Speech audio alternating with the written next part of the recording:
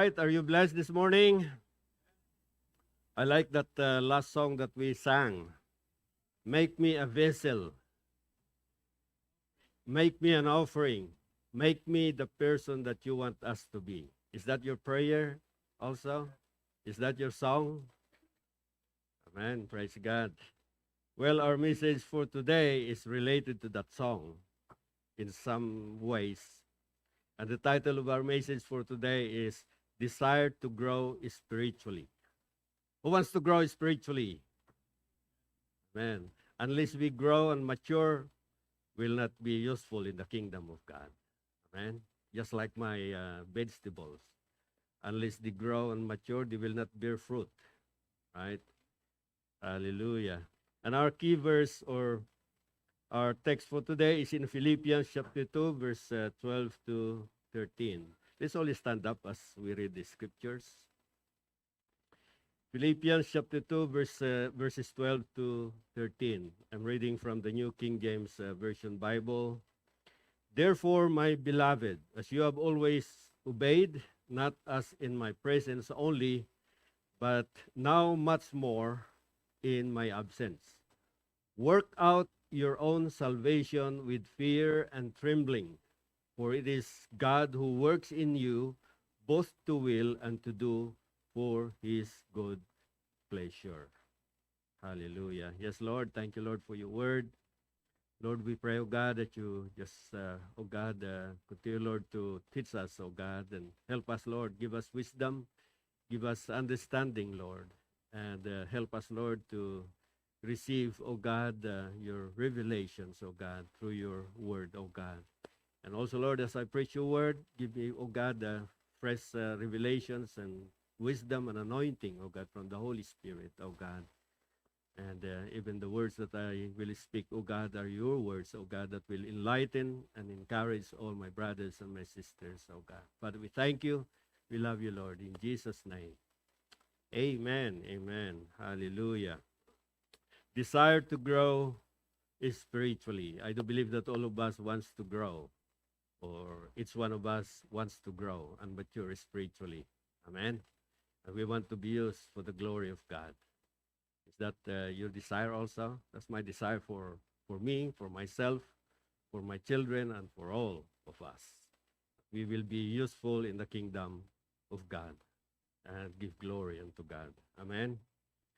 Well, our physical, our mental, and emotional growth is, you know, it starts with it's like a process that it starts when we were born into this world. Amen. We will go through a process. Have you seen a baby that the following day becomes an adult? Right. It's a process. We cannot force children to grow and mature overnight. They have to go through a process. I wish my grandchildren will grow and mature next week and become like adults. But they have to go through a process, right? A progressive development process, right? And it involves time and the tender, loving care of the parents.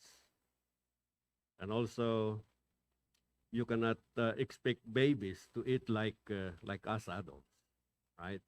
Actually, they cannot even feed themselves. They have to be fed by their parents, their mother, right? So if our physical growth, our emotional growth is a process, likewise our spiritual growth involves a process as well. We have to go through a process as well. Amen.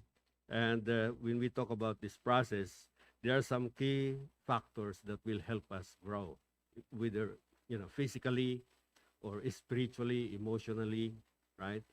Physically and spiritually, I can give you one key factor that will help us grow. Food, right?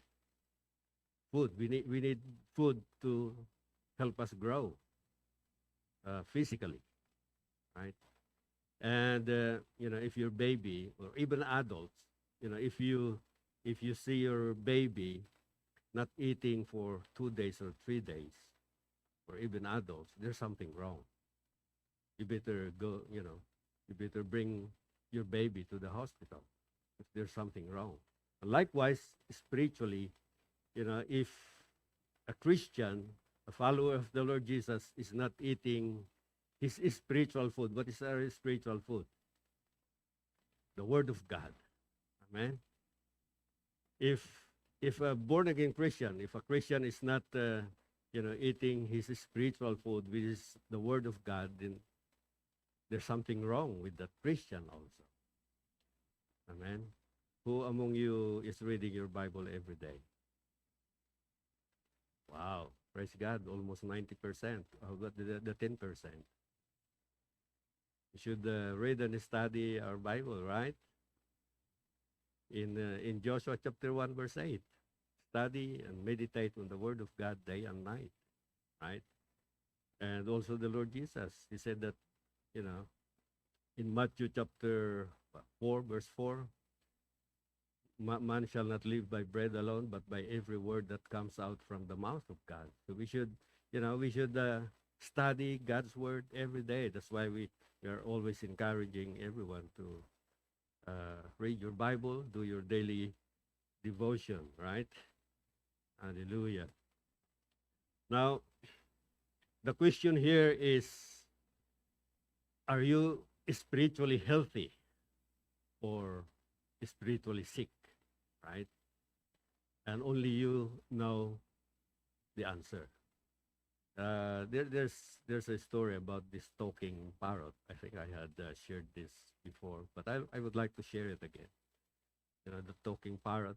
There's a pet shop, pet store, and there's a talking parrot at the entrance. And then here comes a healthy lady,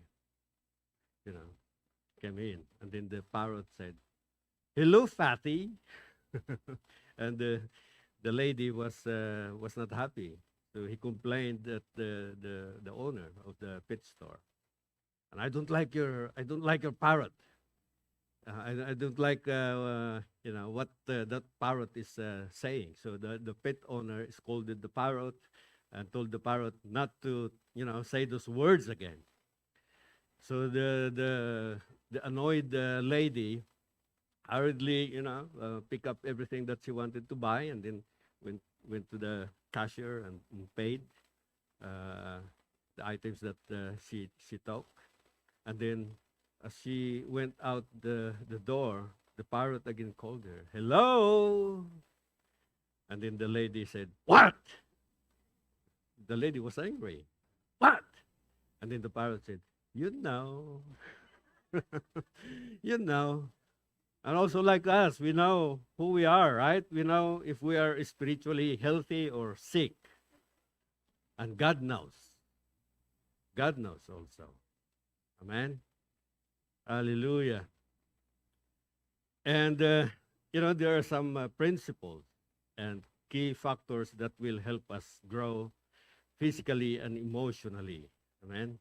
And the same principles apply in our spiritual growth as well. In 1 Peter chapter 2, verse 2, in IV, it says there, like newborn babies, crave pure spiritual milk, so that by it you may grow up in your salvation. Crave. What does it mean by crave? Earnest desire, right? What happens to the baby if she's really hungry? She will not stop crying. It happened to our, we have 4 kids. We have 4 children, and when they were babies, they have one thing in common. When they are hungry, they just cry and cry and cry until we give them milk, right? So like this newborn babies, we should crave, we should desire for our spiritual milk, which is the Word of God, the pure, unadulterated spiritual milk coming from the Word of God. Amen. Don't take your spiritual food from the articles written by some people. Amen. But rather go straight from the Word of God. Pray and read the Bible, study Don't just read. You have to study and meditate on the Word of God. Joshua chapter 1, verse 8. Amen. And also, aside from growing in the Word of God, there are other fundamental and basic areas of our Christian life as well that we need to grow in order for us to experience what it means to be in Christ, what it means to be, a victorious Christian, right? And if you're not growing, if you're not maturing in your spiritual life, in your walk with the Lord, don't blame God. Don't blame the devil, and also don't blame the pastor, right? If you're not growing, it's your personal responsibility. Amen? Because I cannot, as a pastor, I cannot force anyone to read your Bible every day. I can only imagine. Oh, no, that's not right. I can only encourage, right? I can only imagine. That's a song, right? But if that's my action, if that's my reaction or that's my action, that's negative. I need to encourage. It's one of you, not just imagine. And also, I cannot force anyone to pray or attend our early morning prayer meeting. I can only encourage, right? I cannot force anyone to, join our cell group meetings for discipleship, for leadership development, for coaching and mentoring. I can only encourage everyone. I cannot force anyone to attend our trainings. We'll be having, trainings every Sunday to help us grow and mature spiritually and be able to be useful in the Lord's ministry. But I cannot force anyone to attend trainings. I can only encourage. Amen. I cannot force anyone also to obey God. I can only encourage everyone. Hallelujah. Praise God. And today we are going to learn some of these basic and fundamental, areas of our Christian life where we need to grow and mature. Okay? And if you want to have some models for spiritual growth, read the book of Acts, because that's the life of the early Christians, the early followers of the Lord Jesus. You could learn from how they live their Christian life. Amen. In the midst of severe trials and persecutions, they were able to, be victorious in their Christian life. So, what are these areas that we need to grow? Number one, we need to grow in faith and in holiness. And, in our text for today, in Philippians chapter 2, verses 12 to 13, let's analyze what Apostle Paul had mentioned here in these two verses. In Philippians chapter 2, verse 12, the second part B, New King James Version Bible, says there, or Apostle Paul says there, work out your own salvation with fear and trembling. Apostle Paul is not telling us to work for our own salvation. You cannot work for your own salvation. You cannot do anything to save yourself. You cannot do anything to, bring yourself to heaven. No amount of good works can save us or can bring us to heaven. What Apostle Paul is saying here, what he meant in here is work out, not work for. Because the Lord Jesus had already, completed his work, his saving works for us in order for us to be saved. What we need to do is to work out our own salvation with fear and trembling. Talking about workout, who among you goes to the gym?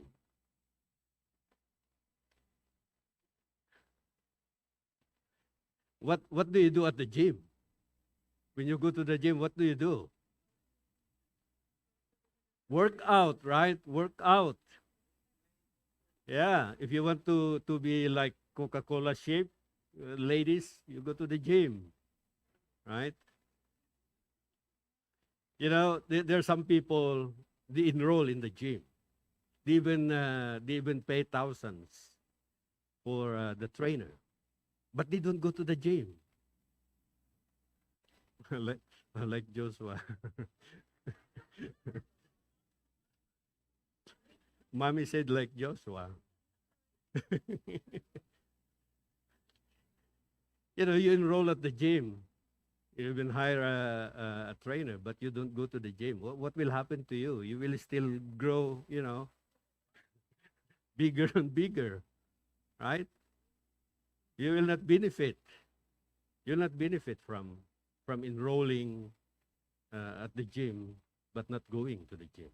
It's like having a nice study Bible, life application Bible with index tags. Nice, but you're not reading it. What is the use of that nice, beautiful Bible if you're not reading it, if you're not studying it? There's even concordance. Wow, but you're not reading it. It's useless. Amen. So work out.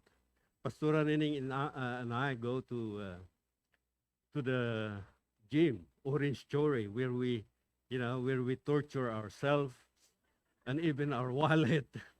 It's expensive. $109 a month for each one of us, and for 8 classes only. Wow, and then the coach will tell us, okay, let's go uncomfortable. Last Wednesday, I was doing my best, in running, because when I stop, I need to go to the orange level. My heartbeat should be at the orange or red level to have points, to gain points. I want points. I just don't want to sweat out and without points. And the moment I stop, when the coach says, "Okay, let's go to the base in 3, 2, 1, 0." So I'll go back to the base, relaxing. And then I go to green immediately, and I cannot get points. I said, "Wow, I have I have a very low points." And then someone was getting, uh, you know, he, his points too fast. I said, "I should beat that. I will not be happy if I will not beat that." So when the coach says, "Okay, let's go back to base," I was still running, because I want to maintain my heartbeat at that level where I could get points. Pastor Erning was looking at me. What are you doing? We are supposed to be relaxing, and you're still. Yeah, because we have monitors, and then there's also a screen in there. You could see everyone's points. And then eventually, I surpassed everyone. I said, "Oh, thank you, Lord." Hallelujah. Yeah, we go to the gym so that we'll become physically healthy and physically fit, right? To be strong. Hallelujah. So, praise God. Yeah, when we go to the gym with B-Boy and Hannah, I make sure that I beat B-Boy. But, he's young. And my daughter is worried because, one time I had 40 splat points. Dad, you're not supposed to be doing that. You're supposed to be only up to 25 points, but I want higher points. Right? So we need to grow. We need to work out, you know. And the Apostle Paul is saying here, we need to work out our own salvation with fear and trembling. What does it mean? It means that we need to be serious in our personal relationship with the Lord. Are we sure that we have a personal relationship with the Lord? Are we sure that we are doing something that we are active in our faith in the Lord, right? Or, as the preaching of Pastor Rowell last Sunday, being complacent in your relationship with the Lord, in your walk with the Lord, right? Should not be complacent, but rather, we should work out our own salvation with fear and trembling. We should be serious, right? And,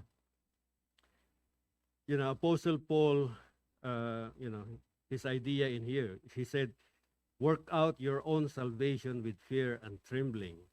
Apostle Paul's idea here is not for the followers of Christ to have this, state of fear and anxiety, but rather to have a reverential fear of the Lord, where we have the desire to live a holy life, pleasing, holy, and acceptable unto God. And of course, it's a process that we have to go through. There's what we call the sanctification process, where, sanctification process, let me just explain briefly. Sanctification process in the life of a believer or a follower of Christ involves, the Word of God, involves the Holy Spirit, and involves you and I.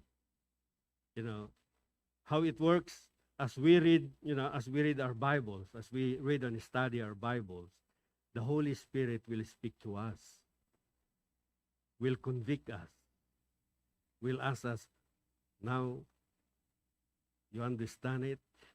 Are you obeying it? Are you doing it?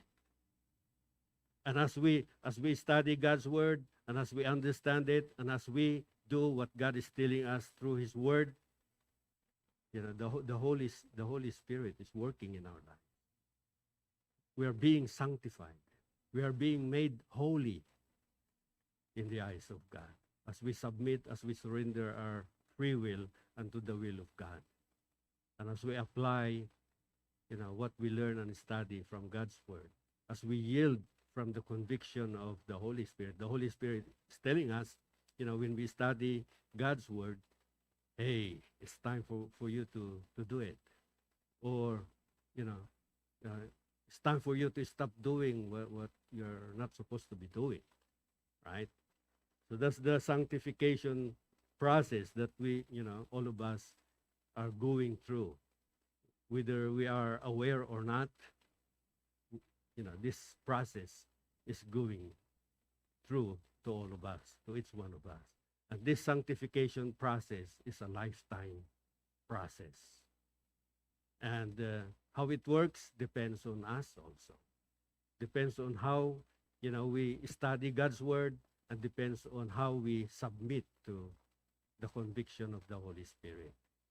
If we don't submit to the Holy Spirit, to the conviction of the Holy Spirit, then sanctification process will not work. Amen?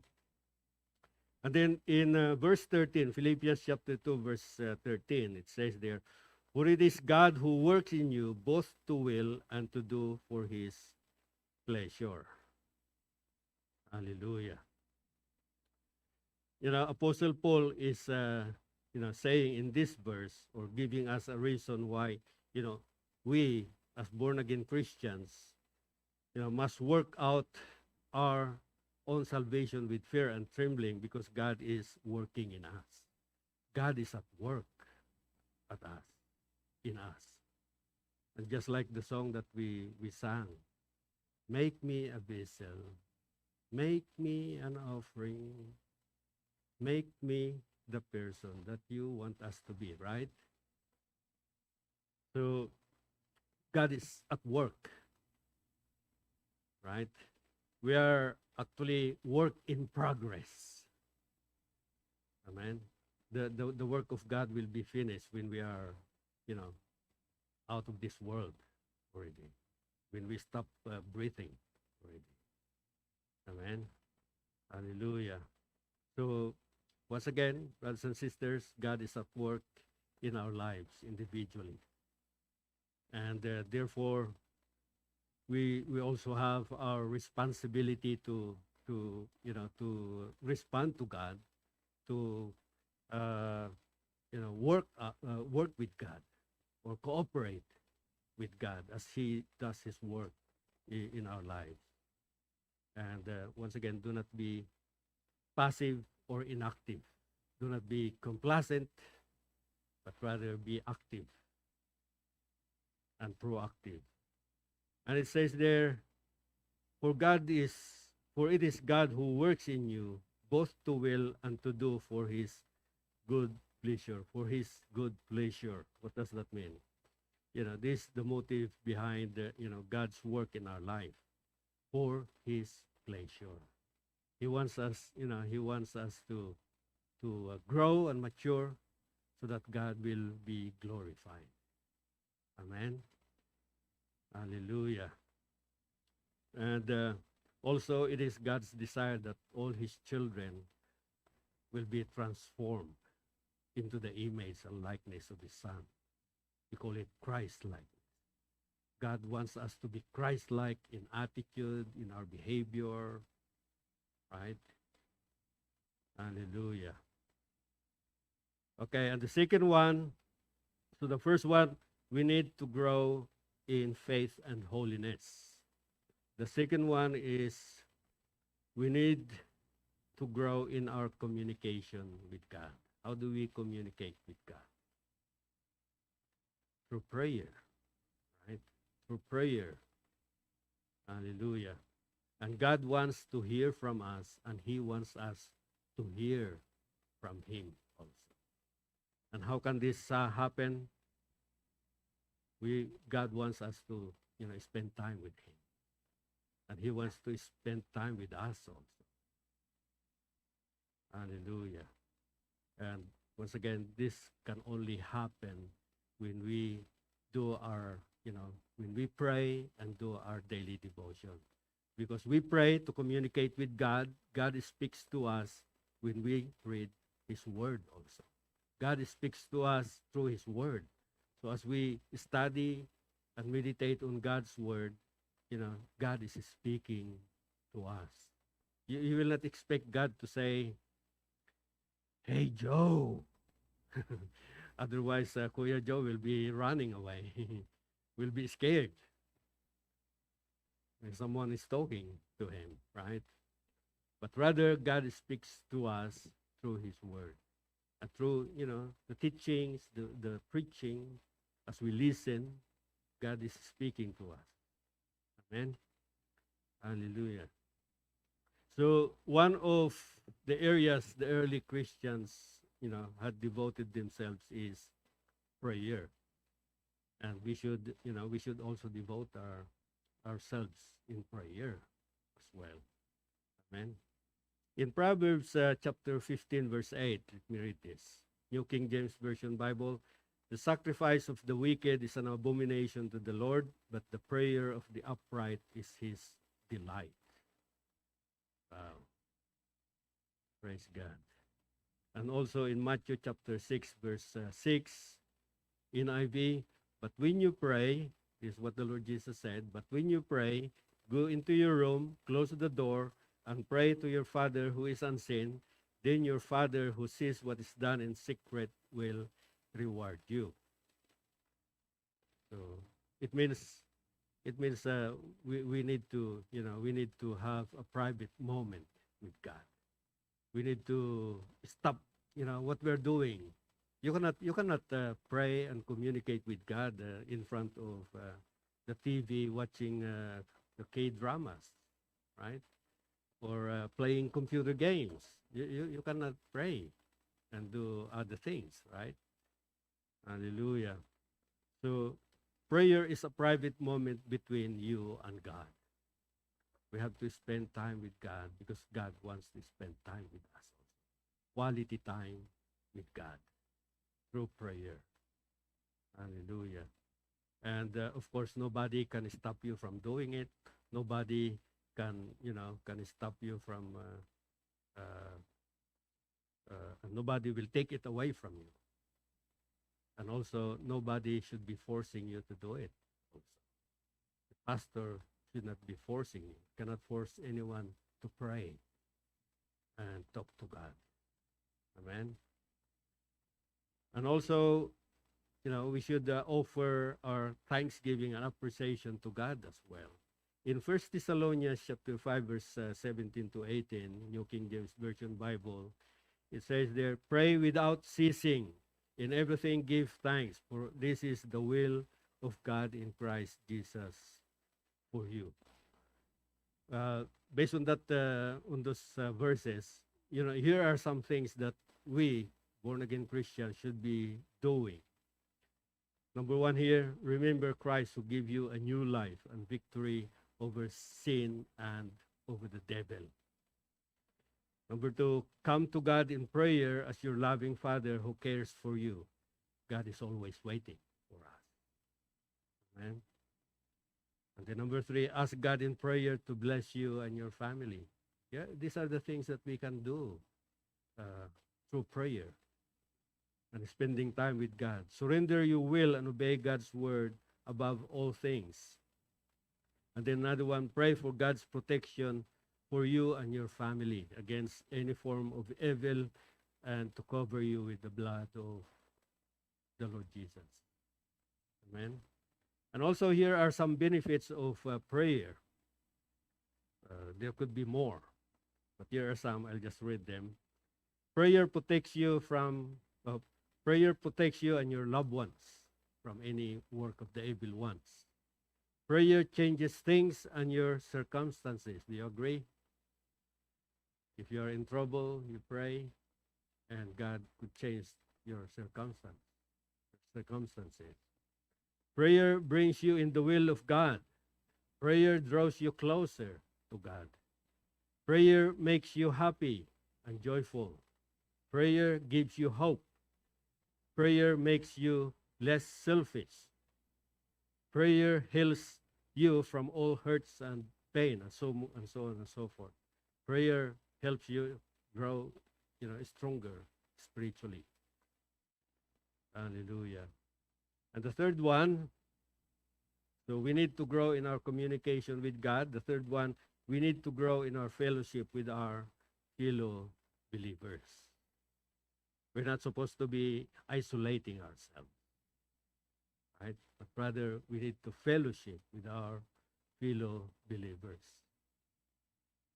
Hallelujah. One of the areas where the early Christians had practiced was, fellowshipping with one another. In Acts chapter 2, verse 42, it says there, they devoted themselves to the apostles' teaching and to fellowship, to the breaking of bread and to prayer. So, I had mentioned about prayer a while ago, and now fellowship. Fellowship. They devoted themselves to fellowship. We grow together as we fellowship with our fellow believers. Amen. Hallelujah. And also in Hebrews chapter 10, verse 25, New Living Translation Bible, it says there, and let us not neglect our meeting together, as some people do, but encourage one another, especially now that the day of his return is drawing near. Wow, it says there, especially now that, the day of his return is drawing near. I do believe that, the signs that we are seeing are all over the world. Wars, rumors of wars, earthquakes, and flooding in some areas that never rained before or flooded before. Unusual things are happening, all around us. And if you read the scriptures, also in Matthew chapter 24, I think 24 and 25, the Lord Jesus had mentioned about the signs of the end times. Hallelujah. So let us not neglect meeting together. Hallelujah. And what shall we do when we fellowship? Of course, Filipinos, we eat a lot. That's why we become big, right? That's why we need to go to the gym. Otherwise, hallelujah. So what shall we do when we fellowship? We encourage one another. We study God's word together. We pray together. We eat together, of course. We have some fun together. We share our blessings. We share our blessings. Share means you give out, not get in, right? We share.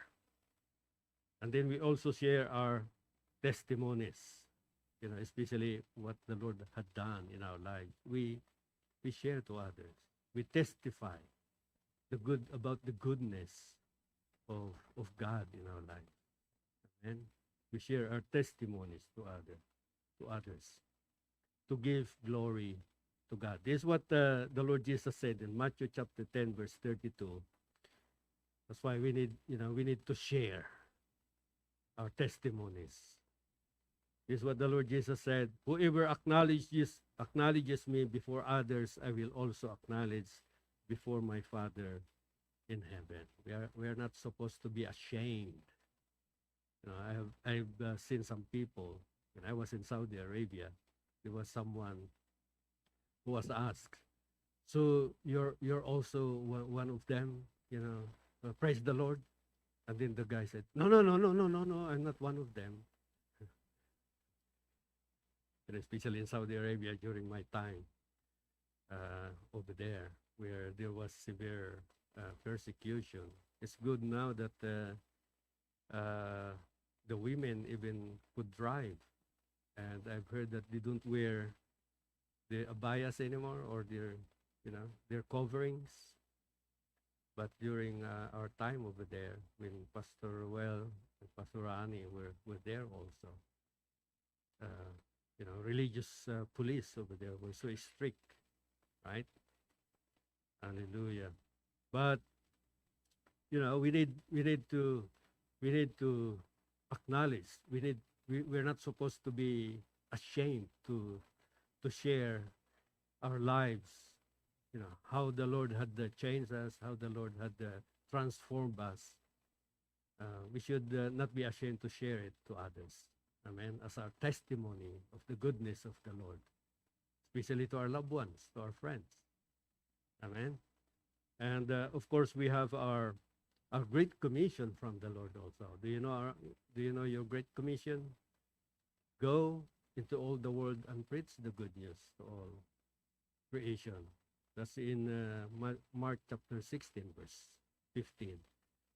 That we should be active in sharing our faith to people. We should be active in sharing the Lord Jesus, the love of God, to people. Amen. Those who are nurses, there are so many nurses in the hospital that need Jesus. Those who are in the medical field, you have some patients who are, you don't know if they will survive, right, for a few days. Those people, they need Jesus. If they are in that kind of situation, it's very easy to approach them and ask them, "Would you like me to pray for you?" Right? And I do believe that they will say, "Yes, yes, please," because they want to be healed. Amen. Hallelujah. And the fourth one, we need to grow in our submission and obedience to God. We need to grow in our submission and obedience to God. Now, we should focus our life, our energy, our future to God while we are still young. Don't wait until you become so old that you cannot serve the Lord anymore, because you cannot even walk properly, or you cannot go and reach out to people. But rather, while we are still young, let's serve the Lord.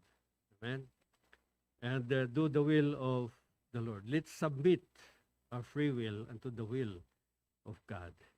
Let's be like Daniel and his three friends, Shadrach, Meshach, and Abednego, where they were still young, but they devoted their lives unto the Lord. And they served the purpose of the Lord for their lives. Hallelujah. In Ecclesiastes chapter 12, verse 1, New Living Translation Bible, it says there, "Don't let the excitement of youth cause you to forget your Creator." Honor Him in your youth before you grow old and say, life is not pleasant anymore. Right? While we are still young, like me, let's serve the Lord. Let's have fun serving the Lord. Amen. Don't wait until you cannot see anymore. You cannot remember people anymore. Don't wait until that time to decide to serve the Lord. But rather, while we are still young, let's do the will of God. Let's serve the Lord. Hallelujah. Let's offer our talents and skills. Some of us are talented. We have skills, especially in playing these musical instruments. If you have talents in playing these musical instruments, if you have talents in singing, serve the Lord through our worship team. We need worship leaders. We need worship team members. Amen. Praise God. And lastly, we need to grow in our dependence to God. We need to grow in our dependence to God. We should, we should learn to solve our problems. We should not be running away from our problems, but rather we should face our problems, but with the Lord. Amen. With God as our partner in solving our problems. That means that we need to partner with God in solving our problems. And it means we need to be dependent upon God. We need to learn how to depend on God. Amen. Not to be independent from God, but to be dependent from Him. Because as a child of God, God will, the Lord had promised that He will never leave us nor forsake us. He is with us. And He is working in us to do His will. Amen. And also, problems and trials, they come. When we receive the Lord Jesus Christ as our Lord and Savior, doesn't mean that we are exempted from, problems. Doesn't mean that we are exempted from trials. But rather, problems and trials of many kinds, come to us to draw us closer unto the Lord. God uses, these problems and trials to draw our attention, to help us come closer unto Him and to depend on Him. Amen. To ask for His help, to depend on His help. In James chapter 1, verse 2 to 4, it says there, consider it pure joy, my brothers and sisters, whenever you face trials of many kinds, because you know that the testing of your faith produces perseverance. Let perseverance finish its work, so that you may be mature and complete, not lacking anything. Apostle Paul said there, consider it pure, Apostle James, he said, consider it pure joy. Wow, you're facing a lot of problems and you're expected to be joyful, right? If we have Jesus Christ, if we have the Lord Jesus, if we have the Holy Spirit in our lives, whatever we are going through, we still have peace and joy. Amen. Hallelujah. And once again, problems and trials of many kinds come to us. God allows, trials and problems to come to us for a reason, for a purpose. How will you know that your faith is strong? Unless it is tested, right? So, and also when we face these kinds of problems, trials and problems, we should face them and ask God to help us. God will make a way, and God will help us, overcome all these trials and problems. So let us, grow in our dependence to God. Be dependent upon God. Amen. So in conclusion, we grow as Christians. We grow like like plants, like trees. Amen. And there are some factors and ingredients in our growth, and it's also a process, right? And I do believe that what we have learned today will help us desire to grow and mature spiritually, so that God will be able to use us for His glory and for His purpose. Amen. Hallelujah. Because God wants His children to grow into the likeness of His Son, our Lord Jesus. He wants us to grow into Christ likeness for His glory and for His purpose. The question is, are you willing to grow spiritually? Amen. So let's all stand up. Hallelujah.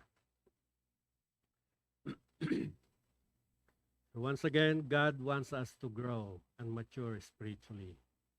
Because as we grow and mature spiritually, it's also the desire of God for us to be productive and effective in the ministry that He has given to us. So let's submit to the will of God. Let's surrender our will to the will of God. And let's do what God is telling us to do. Especially studying and meditating on His Word, spending time with God through prayer. Let's do it so that we will experience this spiritual growth and maturity. Hallelujah. Thank you, Lord. Hallelujah. Yes, Lord, Father, we thank you once again. We thank you, Lord, for your word.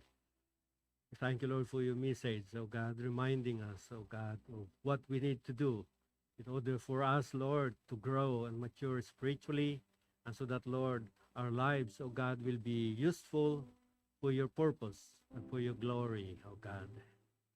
And yes, Lord, it's our prayer, oh God, that you just continue, Lord, to work in our lives, oh God. We ask the Holy Spirit to work in our lives, to help us yield our will unto your will, oh God.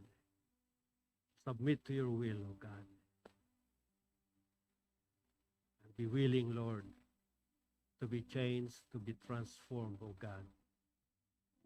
Most especially, oh God, to the image and to the likeness of our Lord Jesus. To be Christ-like in our attitude, our behavior, in our character, oh God. Thank you, Lord. Thank you, Lord, for your love. Thank you, Lord, for your grace. Thank you, Lord, for everything that you are doing in our lives, oh God, individually and as a church. Father, once again, Lord, we thank you. We love you, Lord. We give you all the glory and honor in Jesus' name. Amen. Amen.